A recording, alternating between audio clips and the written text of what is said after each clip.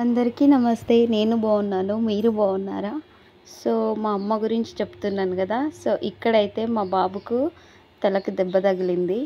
So, నేను చపాతీ చేస్తా అంటే తను స్కూల్‌కి వెళ్ళలేదు కాబట్టి బోర్ కొడుతుందని చెప్పి తను చేస్తా అని చేస్తున్నాడు నా పెద్ద బాబు. కొంచెం అప్పుడప్పుడు హెల్ప్ చేస్తూ ఉంటాడు.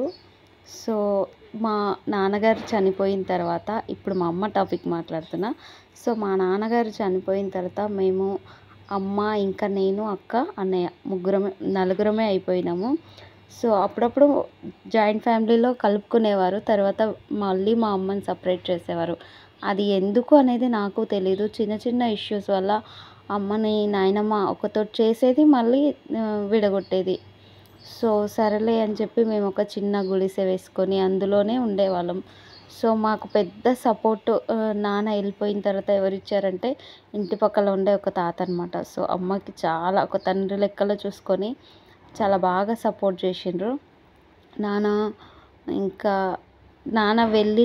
నాన్న లేడు అనే లోటు కూడా తెలియకుండా చాలా బాగా పెంచింది. ఆఫ్‌కోర్స్ మాకు అప్పటికి ప్రాబ్లమ్స్ ఉన్నాయి. కానీ ఇంకా నాన్న లేడు అనే ఆలోచన కూడా మాకు రాకుండా పెంచింది మా అమ్మ. మా అమ్మ తిన్నా తినకపోయినా తను మా కడుపులు నింపిందనమాట.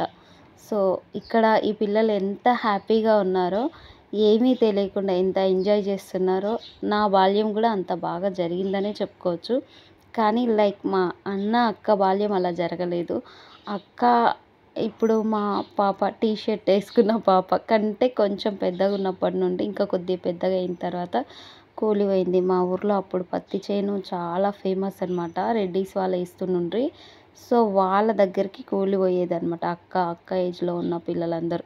నేను మాత్రం నన్ను స్కూల్‌కి పంపించింది. నన్ను ఇంకా అన్నని అమ్మ స్కూల్‌కి పంపించింది. సో, అమ్మ స్కూల్‌కి పంపించడానికి రీజన్ అమ్మ కూడా అదే స్కూల్‌లో పనిచేసేదనమాట. ఆ స్కూల్‌లో అయితే అప్పుడు వాటర్ ప్రాబ్లమ్ ఆబ్వియస్లీ అంటే పాలమూరు జిల్లాకి వాటర్ ప్రాబ్లమ్ ఉండేది కదా! తెలంగాణలో పాలమూరు జిల్లాలో నీళ్ళ ప్రాబ్లమ్.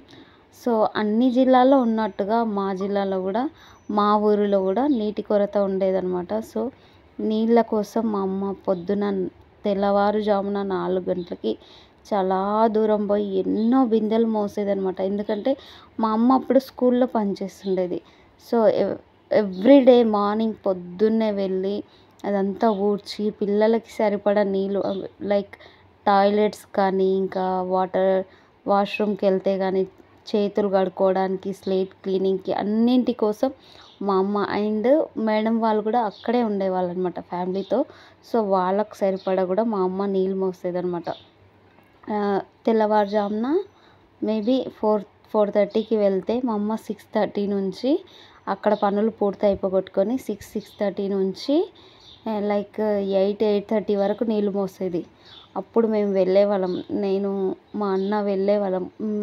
మా అమ్మ రాఘవేంద్ర స్కూల్ అనే ప్రైవేట్ స్కూల్‌లో పనిచేసేది. మమ్మల్ని కూడా ఆ స్కూల్‌లోనే చదివించేదనమాట. ఎక్కువగా ఎస్టీ పిల్లలు ఉండేవాళ్ళు. సో, మేము కూడా కానీ మా అమ్మ మమ్మల్ని ఎప్పుడు కొట్టేది కాదు. ఇంకా సార్‌కే కంప్లెయింట్ చేసేది మేమేమైనా తులువ పనులు చేస్తే. లైక్ మా అన్న ఎక్కువగా తులువ పని చేసేవాడు. నన్ను బాగా ఏడిపించేవాడు.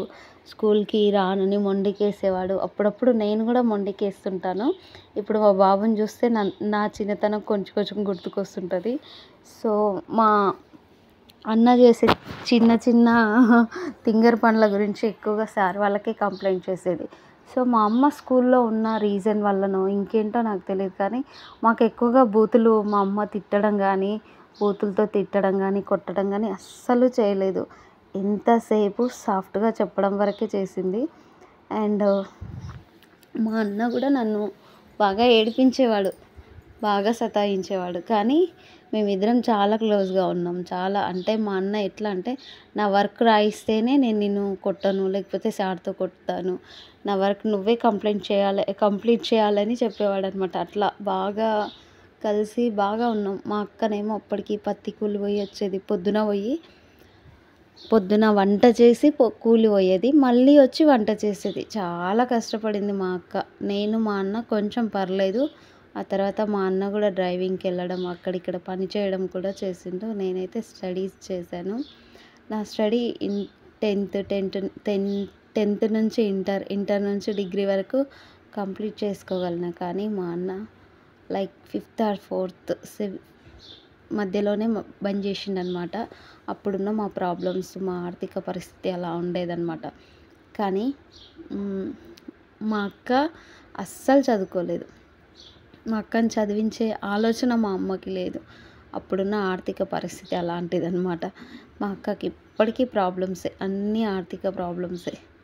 ఏం చేస్తాం, కొందరు తలరాతలు అలా ఉంటాయని అనుకుంటాం, కానీ తలరాతలు కాదు, అవతల వచ్చిన వ్యక్తి సరిగా లేకపోవడం అని నాకు అనిపిస్తుంటుంది. సో మన లైఫ్లోకి వచ్చిన మన పార్ట్నర్ సరిగా లేకపోతే మన బతుకులు కూడా చిన్న భిన్నం అవుతాయి. అది నేను మా అక్క విషయంలో బాగా ఎక్స్పీరియన్స్ అయినా అనమాట. సో తర్వాత